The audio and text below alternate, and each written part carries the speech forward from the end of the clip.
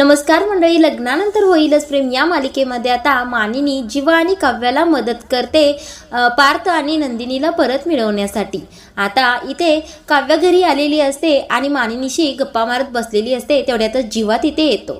आता हलक्या नजरेने काव्य जीवाकडे पाहत असते आणि मानिनी सुद्धा पाहत असते। आता काव्य तिथे आहे म्हटल्यानंतर जीवा तिथून निसटायला पाहतो, पण मानिनी त्याला हात मारते आणि इथे बस, माझ्याजवळ बस असं म्हणते। तरी सुद्धा आता काव्य तिथे आहे म्हटल्यानंतर जीवा काही केल्या बसायला तयारच नसतो। आता मानिनी त्याला म्हणते, बस म्हटलं ना, मला तुझ्याशी बोलायचं आहे। त्यावेळेला जीवा तिथे बसतो। आता जीवा समोर बसलाय म्हटल्यानंतर काव्या तर खूपच गडबडलेली असते, घाबरलेली असते आणि मानिनीला म्हणते, काकू मी येते। आता काव्य तिथून जाणार, तेवढ्यातच मानिनी म्हणते, काव्य तू आलीच आहेस तर गुंता सोडवून जा।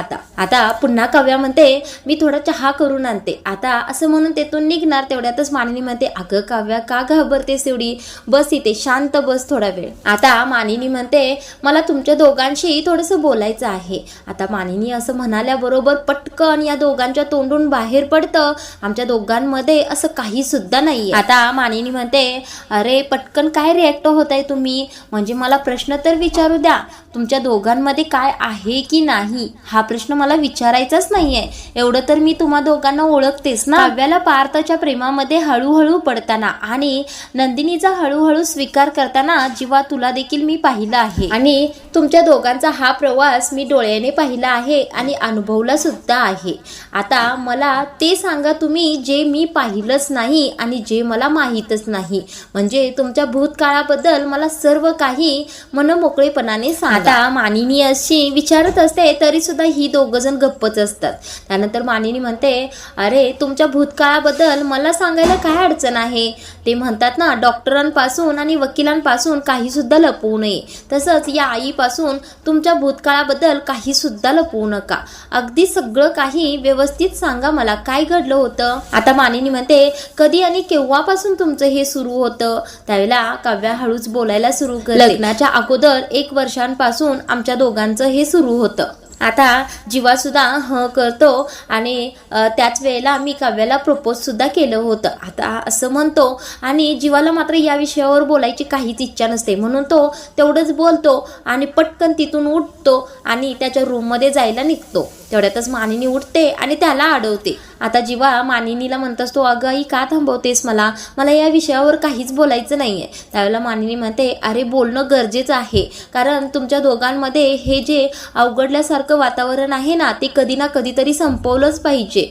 आणि त्यासाठी एकमेकांशी बोलणं खूप गरजेचं आहे। आणि पुढे जाऊन नंदिनी, पार्थ हे सगळे प्रश्न तुम्हाला विचारणार आहेत, तुमच्या भूतकाळाबद्दल सगळी माहिती त्यांना तुम्हाला सांगावीच लागेल। त्यावेळेला तुम्ही काय करणार आहात बरं। आता मानिनी म्हणत असते, जीवा तुला माहित आहे का प्रॉब्लेम कसे सुटतात, प्रॉब्लेमवर सोल्युशन तेव्हाच मिळतं जेव्हा आपण त्या प्रॉब्लेम बद्दल चर्चा करतो, बोलतो आणि जेव्हा आपण त्या प्रॉब्लेमला फेस करायला शिकतो। आता तू तर जीवा या प्रॉब्लेमला फेस करायला शिक। आता जीवा बोलायला सुरू करतो, लग्नाच्या अगोदर 1 वर्ष मी काव्याला प्रपोज केलं होतं आणि तेव्हापासूनच आमचं प्रेम प्रकरण सुरू झालं होतं। त्यावेळेला मानिनी म्हणते, अरे त्याच वेळेला मग तिला भेटवायला का घरी आणलं नाहीस बरं।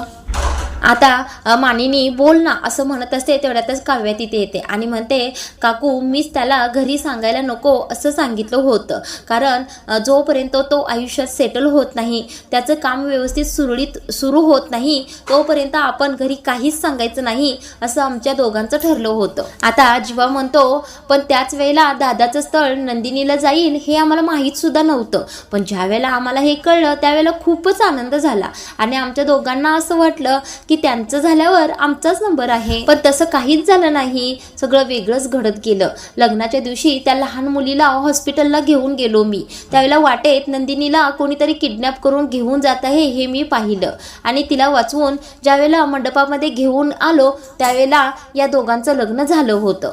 आता काव्या म्हणते, काकू आमची वेळ चुकली आहे आणि लग्नानंतर सगळी परिस्थितीच बदलली होती, पण घरी आल्यानंतर बऱ्याच वेळा मी जीवाला म्हणत होते की आपण हे सगळं सगळं घरच्यांना सांगून टाकूया. आता काव्या मानिनीला म्हणत असते, काकू मी बऱ्याच वेळा जीवावर बर्डन सुद्धा आणलं होतं की आपल्या प्रेम प्रकरणाबद्दल घरात सगळ्यांना आपण सांगून टाकूया. त्यावेळेला मानिनी म्हणते, मग काय झालं? त्यावेळेला जीवा म्हणतो, नाही मी ऐकलं नाही. आणि जीवा म्हणतो, हिने मला असं सुद्धा सांगितलं होतं की तुझ्या छातीवरच्या काव्या नावाच्या टॅटूबद्दल मी सगळ्या जगाला ओरडून ओरडून सांगेन.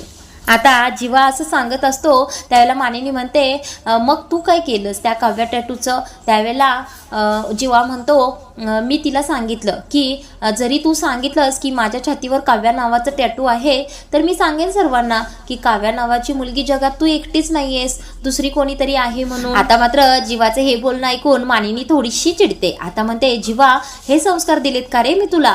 म्हणजे एखादी मुलगी तुझ्याकडे मदत मागते आणि तू तिला सहज अलगद उडवून लावलंस का? आता मानिनी म्हणते, खरं सांगू का तर तुमच्या या दोघांचं सगळं ऐकून माझ्या अंगावर शहारा आला. आणि लग्नानंतर तुम्ही दोघे एकत्र राहत होतात आणि तुमच्या दोघांमध्ये एवढं सगळं सुरू होतं आणि आमच्या कधीच नजरेला आलं नाही. आता खूप छान असं दाखवलं आहे, ते म्हणजे मानिनी काव्याच्या बाजूने असते, काव्याला समजून मानिनी घेते. आता काव्याला मानिनी म्हणत असते, काव्या खूपच दिवस तू एकटीच कुडत राहिलीस ना, आतल्या आत तुझी खूपच घुसमट झाली असेल. आता काव्या म्हणते, कुडत तर राहिलं मन काकू आणि घुसमट सुद्धा खूपच झाली आणि मन सतत बुद्धीशी भांडत राहिलं की बुद्धी म्हणायची झालं गेलं सगळं विसरून जा, पण मन मात्र मानत नव्हतं. आणि खरं सांगू का काकू, यामध्ये जीवाची एकट्याचा काहीच दोष नाहीये. आता काव्या म्हणते, काकू लग्न लागल्यानंतर जीवा आला होता माझ्याकडे आणि जीवा मला म्हणाला होता की तुझं माझ्यावर प्रेम आहे का? आता काव्या मानिनीला म्हणत असते,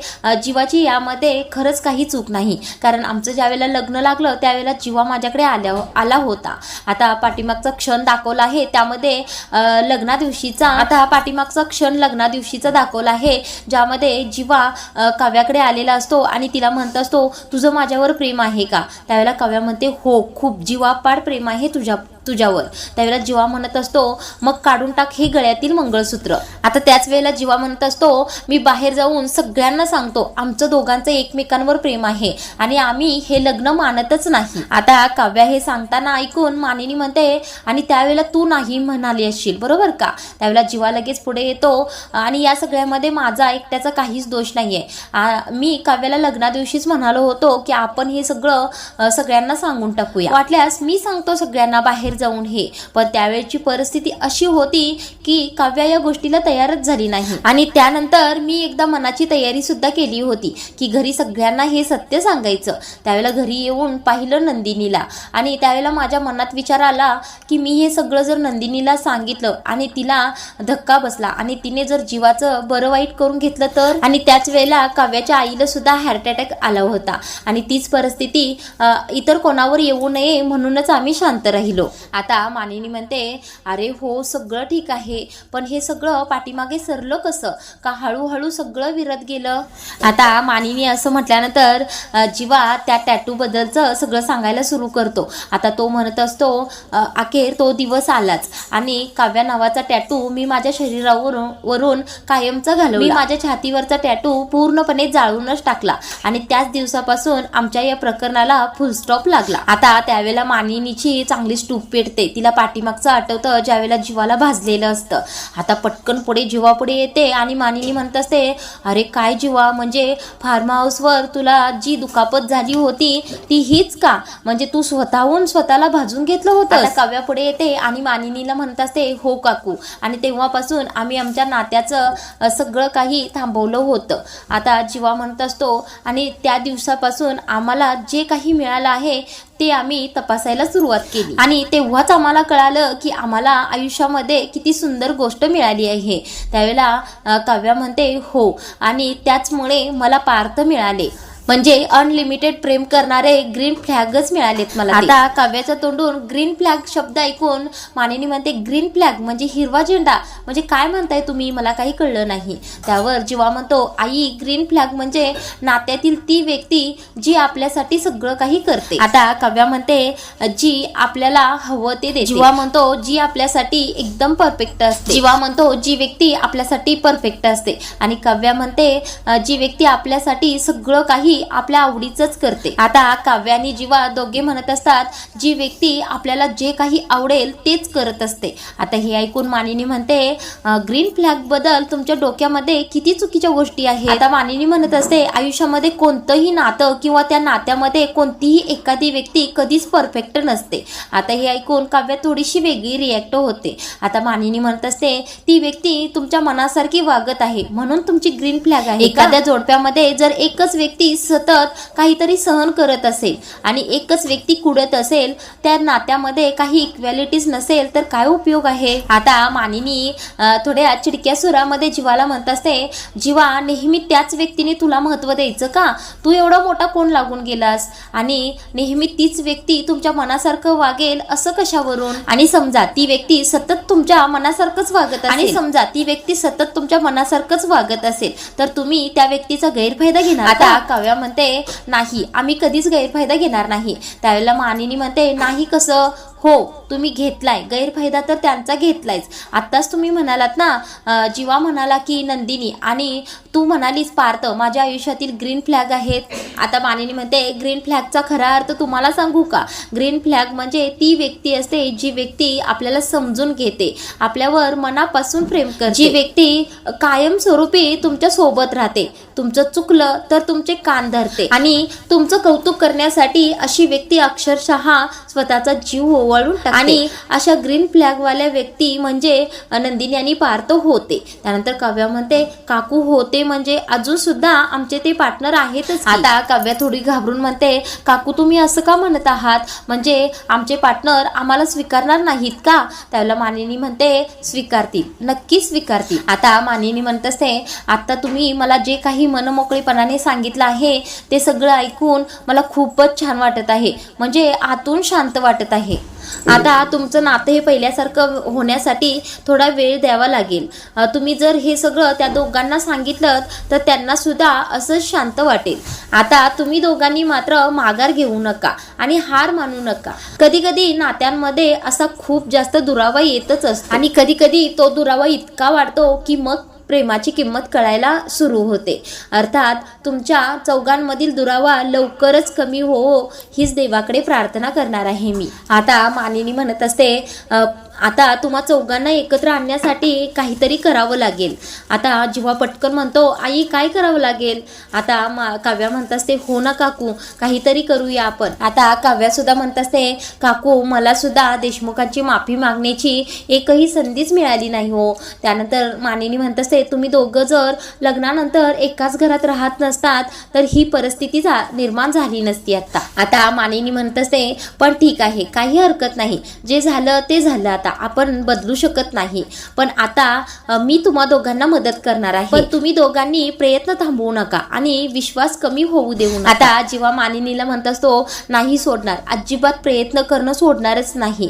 त्यानंतर जेव्हा काव्याला म्हणतो, काव्या नंदिनी कशी आहे ग? ती व्यवस्थित जेवते ना? तिच्याकडे लक्ष दे, कायम तिच्या सोबत राहा, तिला एकटीला अजिबात सोडू नकोस. त्यानंतर काव्या म्हणत असते, नाही सोडणार, माझ्या नंदिनी ताईला मी अजिबात एकटं सोडणार नाही, नेहमी मी तिच्या सोबतच राहीन, तू अजिबात काळजी करू नकोस. आणि तू सुद्धा देशमुखांना सतत भेटायला जा, त्यांना एकटं पडू देऊ नकोस. ते चिडतील आणि तुला दूर करण्याचा प्रयत्न करतील, पण तू पुन्हा त्यांच्याकडे जा आणि त्यांचा राग शांत करण्यासाठी उलटे अंक मोज, म्हणजे 10, 9, 8, 7 असे, ही त्यांची ट्रिक आहे. आता काव्या हे सगळं जीवाला व्यवस्थित समजावून सांगत आहे. ते पाहून मानिनीला खूप बरं वाटत असतं. आता काव्या म्हणत असते, बरं ठीक आहे, तुमच्याशी बोलून मला खूपच बरं वाटलं, आता मी घरी जाते, सगळीजण माझी वाट पाहत असतील. आता काव्या तिथून निघाल्यानंतर मानिनी जीवाला हळूच फटका देते आणि एडं पोरग असं म्हणते आणि जीवाला जवळ. आता इकडे पार्थ नंदिनीशी फोनवर बोलत असतो आणि म्हणत असतो,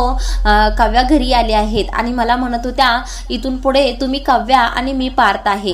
पार्थ जे जे काव्यासाठी करत होता ते मी तुमच्यासाठी करणार आहे. त्यावेळेला नंदिनी म्हणत असते, पार्थ तुम्ही काव्याचा खरोखर स्वीकार करा. आता पार्थ नंदिनीचं हे बोलणं ऐकून म्हणत असतो, आणि तुमचं काय? त्यावेळेला नंदिनी म्हणत असते, माझं मी नाही आता जीवांसोबत राहू शकत, कधीच नाही राहू शकत. नुसता त्यांचा आवाज जरी ऐकला तरी मला खूप त्रास होतोय. नुसत्या त्यांच्या आवाजाने माझ्या मनातील सगळ्या जखमा ओल्या झाल्या आहेत. मला खूपच त्रास होतो आणि म्हणूनच मी ठरवलं आहे आता डिवोर्स फास्ट ट्रॅकमध्ये घ्यायचा. आता नंदिनी म्हणत असते, हां आता यासाठी जीवांना म्हणवावं लागेल आणि ते मी करणार आहे. त्यासाठी मी त्यांच्याकडे येणार सुद्धा आहे. त्यावेळेला पार्थ म्हणत असतो, तुम्हा सगळ्या बायकांना आधीच कसं माहीत असतं बरं की तुम्हाला काय हवं आहे ते? तुमच्या बायकांचं बरं असतं सासर आणि माहेर. सासरी काही झालं की पटकन माहेरी निघून जायचं, पण पुरुषांचं तसं नसतं ना. जर पुरुषांच्या मनाविरुद्ध एखादी अप्रिय किंवा मनाविरुद्ध गोष्ट घडली तर पुरुषांनी कुठे जायचं बरं?